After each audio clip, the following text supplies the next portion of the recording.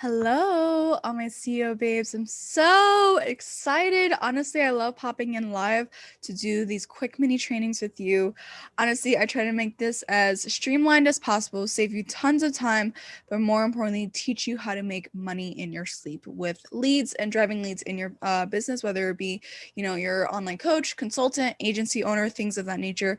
But either way, I'm genuinely really excited to have this conversation. And if you've ever had a VA horror story, I want you to first and foremost know you are not alone.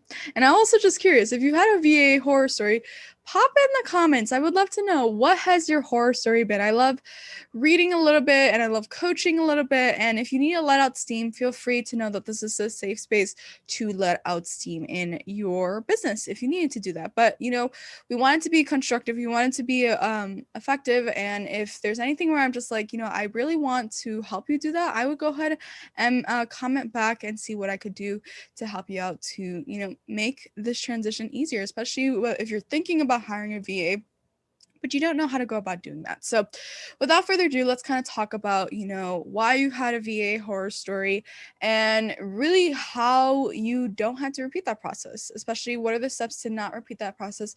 If you've been at that place where you're like, oh my God, Tina, it's easier to delegate. It's easier to do it rather than to delegate. I have been there, but more importantly, I probably know that you're there and I don't want that to happen. So for those who are popping in live, hi, hello. So happy to see you all. Thank you for coming in live. And if you guys are watching the replay, feel free to comment that you're watching replay. And if you're watching it live, feel free to comment that you're watching it live as well. But without further ado, who am I? My name is Tina Lopez.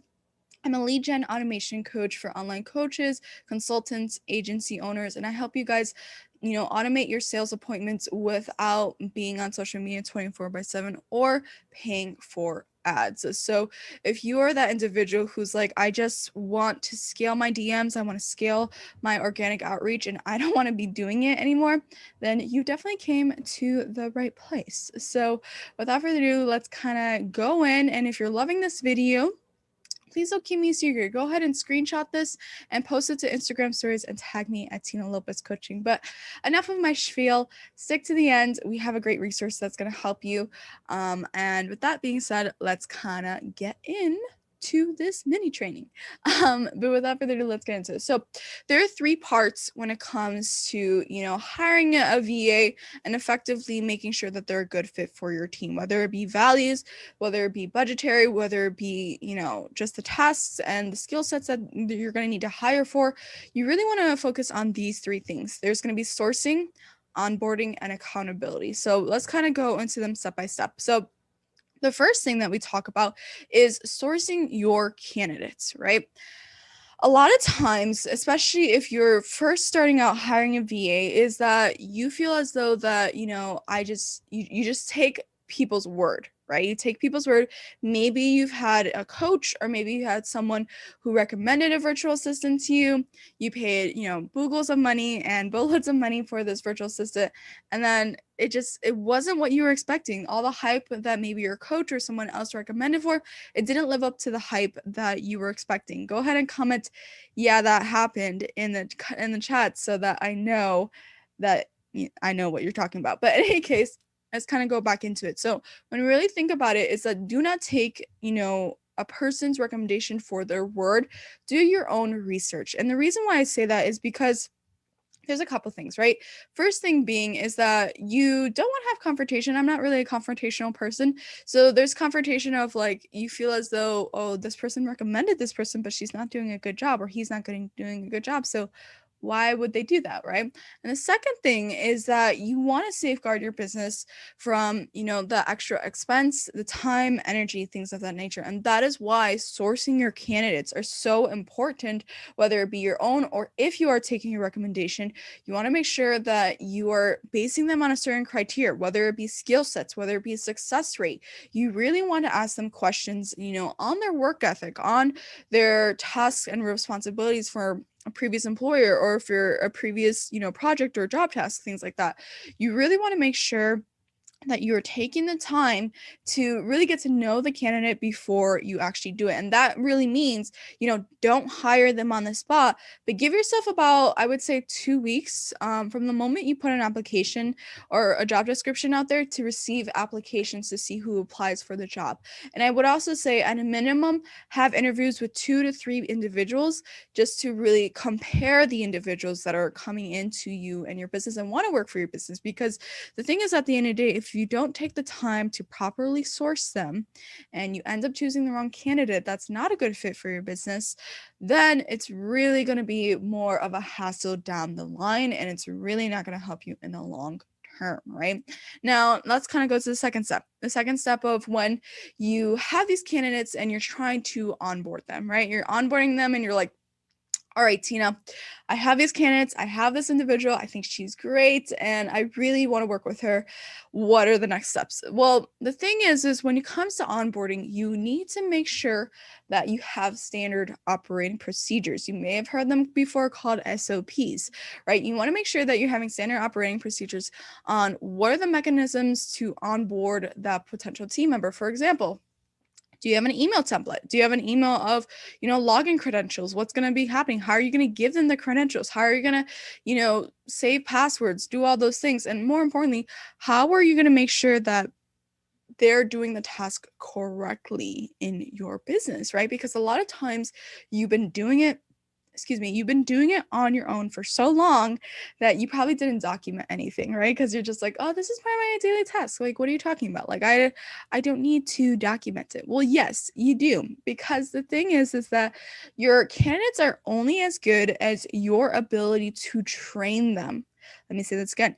Your candidates are only as good as your ability to train your candidates. Let me know, is this making sense, right? Comment yes, this is making sense in the comments below. And for all those that are popping in live, hi, hello, I'm so glad to have you guys on board on this call.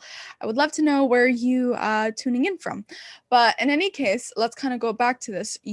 What this onboarding process looks like. It would look like, you having a training portal. For example, like, what tech things do they need to go through that? Like, do you have videos on how to use the tech? Do you have videos on like the buttons that they need to click? Like, really? And I say this in the most like, nonchalant, non-rude way possible, but if you were teaching a 5-year-old how to do this, how would they do it? Because the thing is that what you may think is like easy is not easy to an individual. For example, I love tech. Like, I love tech. I'm really heavily into automation, and I think it's easy. Like, I like really thrive in it. But if you're that person who's like, no, Tina, tech does not like me. Tech does not love me.